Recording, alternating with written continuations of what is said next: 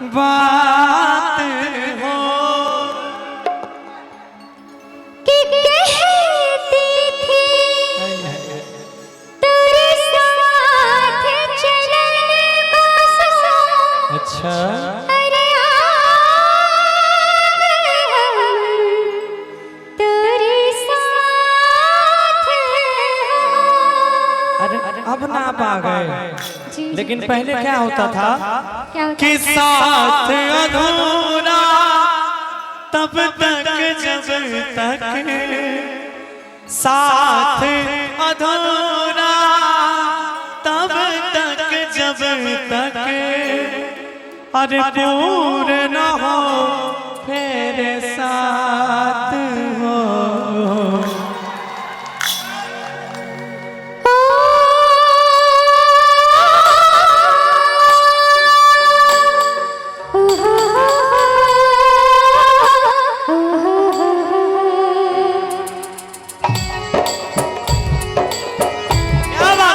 एक जोरदार ताली हो जाए हर तरफ से।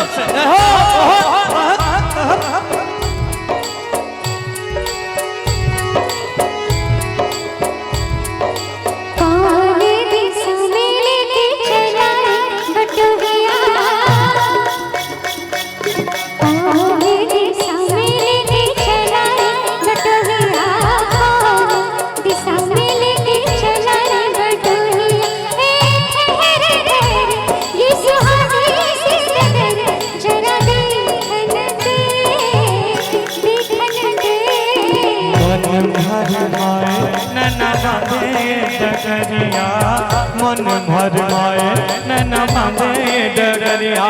कहीं गए जो शहर दिन जाएगा गुजर गारी हाँ कर दे, हाँ कर दे। कौन दिस में लेके चला रे बटुहिया, कौन दिस में। क्या बात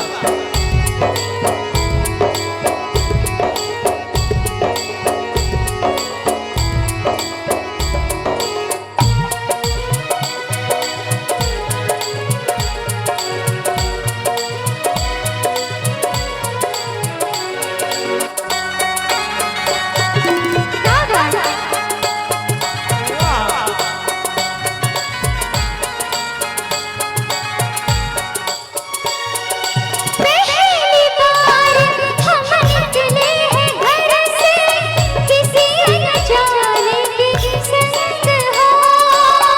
अनजाने से पहचान बढ़ेगी तो महक उठेगा तोरा अंग हो।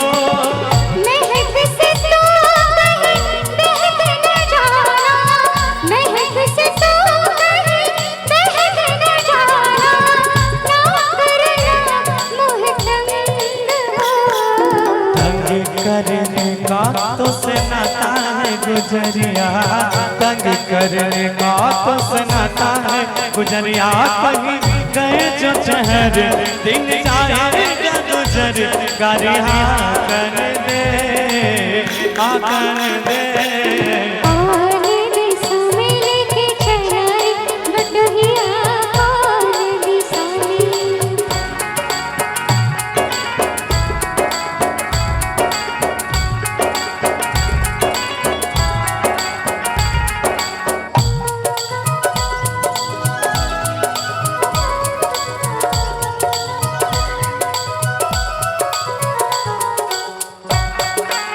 क्या बात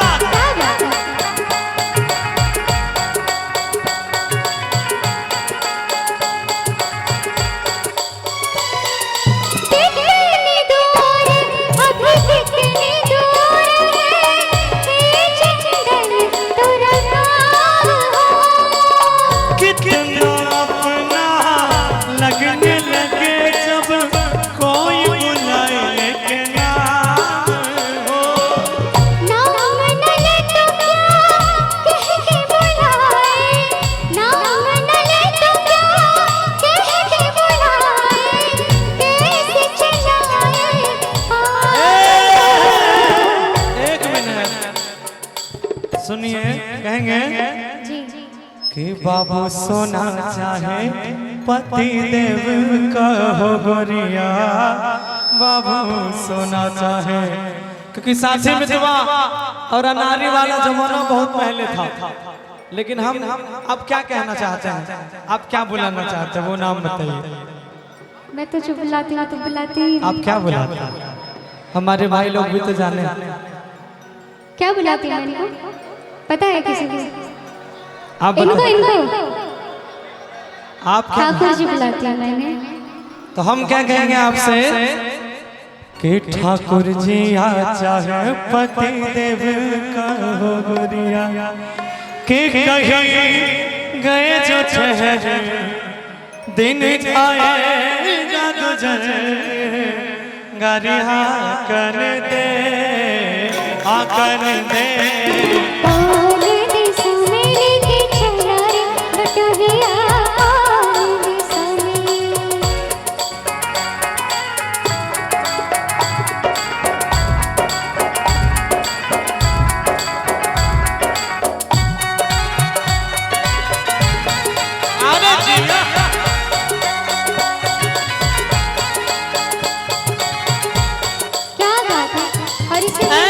कन्या उस दिन तारी सखिया करते थे क्या बात हो, कहती थी तेरे साथ चलन को आवर हम तेरे साथ हो। साथ अधूरा तब तक जब तक, साथ अधूरा तब तक जब तक पूर्ण हो तेरे साथ हो। वही तो हमारी बानी है उमरिया, वही तो हमारी बानी है उमरिया। ठहर ठहर ये सुहानी सी कदर जरा देखन दे, देखन दे। मन भर माए नैनवा में डगरिया, मन भर माए नैनवा में डगरिया, कहीं गए जो ठहर दिन जाएगा गुजर, गारिया कन दे आकन दे।